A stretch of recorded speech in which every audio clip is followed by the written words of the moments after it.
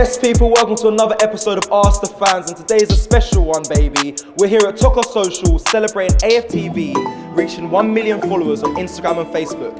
And I thought it'd be the perfect time to ask them about this Saturday's game against Liverpool. How do you think we'll do? Let's get into this. I've got the judge with me. Hey, look at how are you doing? Good? You got the drinks, got the drinks on you as well? Very good, like, no. Right, so we take on Liverpool Saturday, judge. How do you think we're going to do? Oh, massive game, tough game, big chest. I think we're going to do well. I really do think we'll do well. Do I think we'll win it? Tough, but as long as we put in a good performance, good show, and look like we're improving, that's what I'm looking for in this game, really. But defensively, I think we're in a better position than we've ever been going up to Liverpool. So I'm optimistic. Okay. Optimistic. I'm not saying that we're going to win, but I'm optimistic that we can get something from it and put in a good performance. Good. The drink hasn't got to you yet. I thought he was going to say we're going to win. And, Give me another beer, I'll say we'll be top four. Do you know what I'm like? I feel dangerously optimistic. You know, like, and I don't know why, because you know me, I've been a man who, I've been on Arteta's case. Yeah. So I'm kind of like, yo, why am I actually expecting us to go there and do something? But 10 games unbeaten, Liverpool lost their last game to West Ham. I don't know, I've just got a feeling we can do something. I'm not saying we're going to, but we can do something. A win or a draw, are you saying? How optimistic? Do you know what? I'm predicting a draw. Okay. I got to be honest, because Liverpool, man, they always score at home. Yeah. But they have got a couple of injuries. I think Henderson, maybe, Mane, Robertson. They got a few Firminos out. Yeah. But I still think, you know, if we get a point out of there, I'll take that all day long. Go Anfield, grab a point, go home. I'm good with that. Same. Do you know what I mean? Look how many times we've been there and they just slapped us all over the place. 5s, 4s, you know. I think that we haven't got a point there since 2016. Yeah, they beat us with more than 3 goals at home regularly. Yeah. So if you get a point there, it's good. But listen, we still know Liverpool are favourites. Yeah. You know what I mean? They're good at home, Klopp. But we got a chance. And that after the first 3 games, I would have said Liverpool away, we got no chance. So the fact we've even got that opportunity, we must be making some sort of progress. Well, first of all, congratulations to my people in Liverpool about the bomb blast. Terrorism will never win. We are united in solidarity with them. The game is going to be a very tough game. I think they might be missing a few players like Sadio Mane and Henderson. And probably that will help us a little bit, I don't know. Okay, yeah. But I know Jota and the rest of them are on form and fire, so it's going to be a very tight game. Arsenal, we've improved over the months. The defence is tighter. We're playing quite well, so we just see how the game pans out. Okay, are you feeling confident, optimistic, a draw, a win for Arsenal, or do you just want to see a good performance from the boys? When I go to watch Arsenal, I always expect to win because that's the mindset I always go with. But I also have to be realistic because all the times I've gone to Anfield, I can't remember coming out with a victory. So, you know. Yeah, you and me both. Yeah. It's been normal things sometimes, you know. But I think this time might be different. Brighton have shown us that you can get at Liverpool. I think they've also drawn another game. No, it was the West Ham one. So they've shown us that we can go at them and get them. So it depends on which Arsenal team then turns up, you know. And I believe that the boys will be okay and good to go. Obviously, someone like Gabriel will be coming back from Brazil, which is a distance, but hopefully he'll be fit, and then Partey with the 2 weeks break will be fit enough to play the game. And then if we have a full squad, why not? We can always go the distance. Okay, so I've got Alex here from the Cop TV. Obviously, we take you on Saturday at Anfield. How do you think that game will play out? Are you? Look at you. I can just see your. Bro, I hate Liverpool fans. Go on. Are you confident? Bro, listen, I've had hella drinks. It's a good start. So I'm confident naturally. But listen, you've beat us once in the league since 2015. So with every reason, I have to be confident. You haven't beaten us at Anfield since 2012. Lucas Podolski, big up my man. But listen, it's looking long for you on Saturday. Yeah, I mean, I'm kind of stressed. But we have had an upturn in form. You have? Yeah. I can't deny that. You're the form team right now. Yeah. The season has turned around. We're on the up. Yes, we've got a big test against Liverpool on Saturday. But this season, I've actually been impressed with what Arteta said. He wants to see unity from this Arsenal side. And I'm starting to see that from the Ramsdales, the Tomiyasus, the Ben Whites, the new signings coming in and building that unity. And it's a pleasure to see. So that's what I've been impressed with. But what have you been impressed with so far this season? Do you know what I've been most impressed with? The camaraderie of the squad, the team. I see that there's a bit of a connection between Arsenal players and the fans. and I think that's been the best thing. You know, the results obviously have been a bit up and down. Obviously, what it started with, but I think like all of a sudden, as a fan, you can take to a few of the players now and get to them. You know, Ramsdale's been an absolute breath of fresh air. Smith Rowe, Saka, the usual suspects. But I think all of them, Ben White's come in and done fantastically well.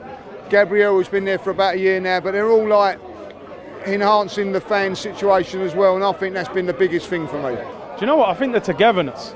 Because you know, we've been in dressing rooms, like when you're losing games, fans are on your back. It's easy to start blaming each other. They've stuck together, they took the criticism, new team. Young as well. Young players as well, you know, they're not used to that kind of pressure, and I think they've just stuck together and they're getting it to work. I think the togetherness, the unity and the defensive spirit as well, you know. I feel like now, how many years have we looked at Arsenal and we're like, oh, Bellerin, Mustafa. There's always been a player where you're like, I wish he wasn't in the team. I look at this 11 right now and I'm like, do you know what? I kind of like every player in the team right now. So I think the togetherness, the defence, the spirit. Yeah, I think that's a good point. I think, as you know, us both being strikers, when you see your defence that solid, that breeds confidence as well for people going forward. And I think they're kind of taking the lead on it. So I think you're right, the togetherness has improved.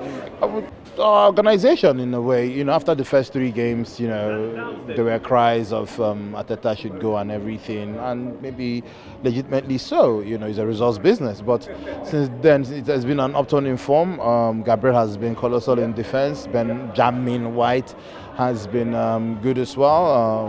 In midfield, Partey has solidified it, and Smith Rowe is playing, you know, world class. So everything has, you know, really gelled for us a little bit.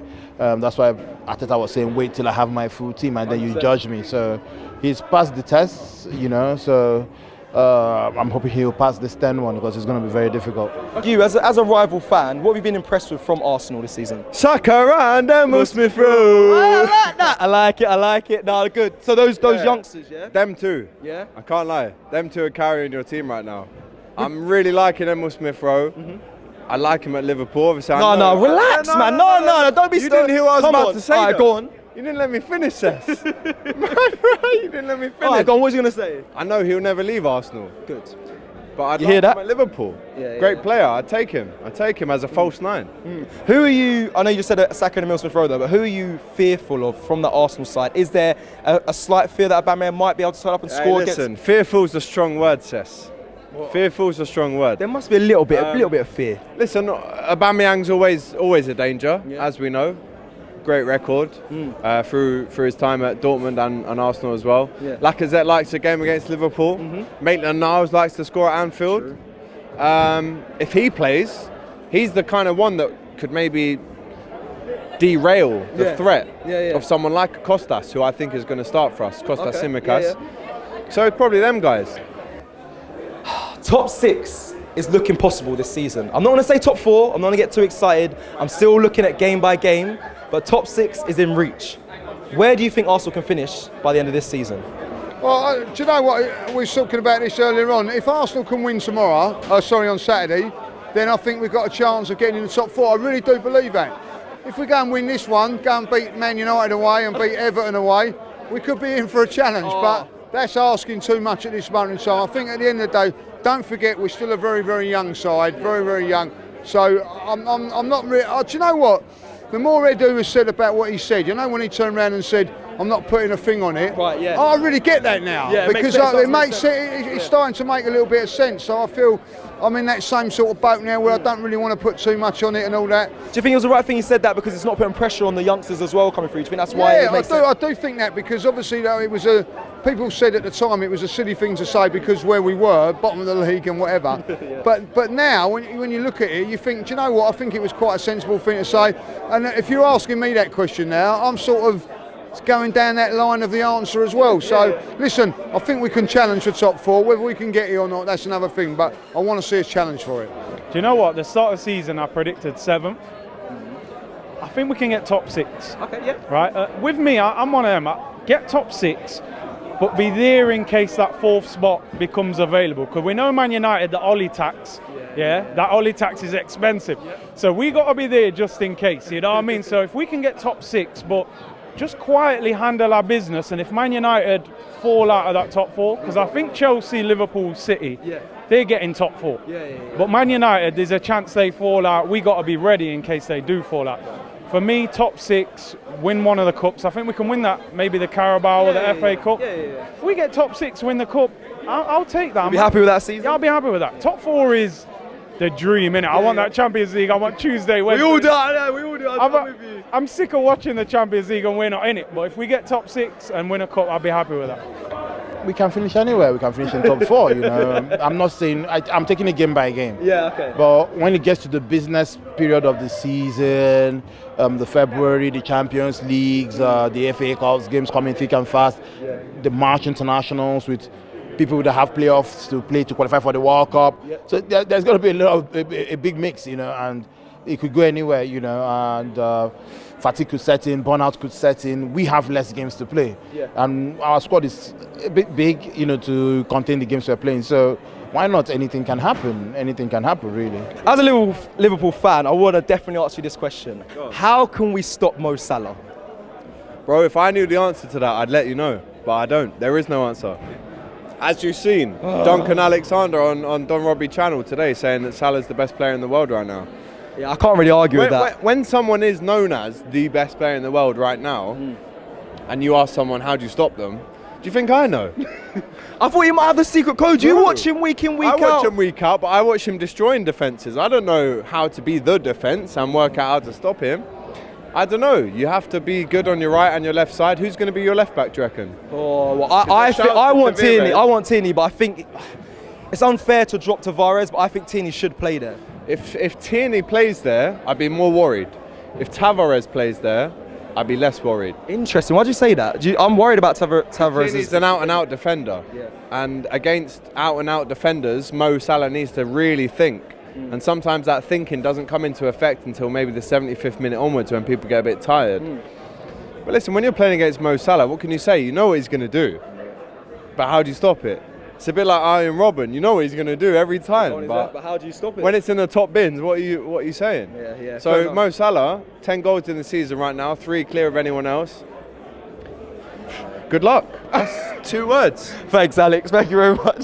So that's it. You've heard what everyone has had to say here at Talker Social in London, celebrating 1 million followers on Instagram and Facebook. Now I want you to go in the comments and answer the questions that were said in this video down below. Don't forget to like and subscribe. And we're going right now before it gets crazy, wild, and everyone's too drunk. We out. Peace.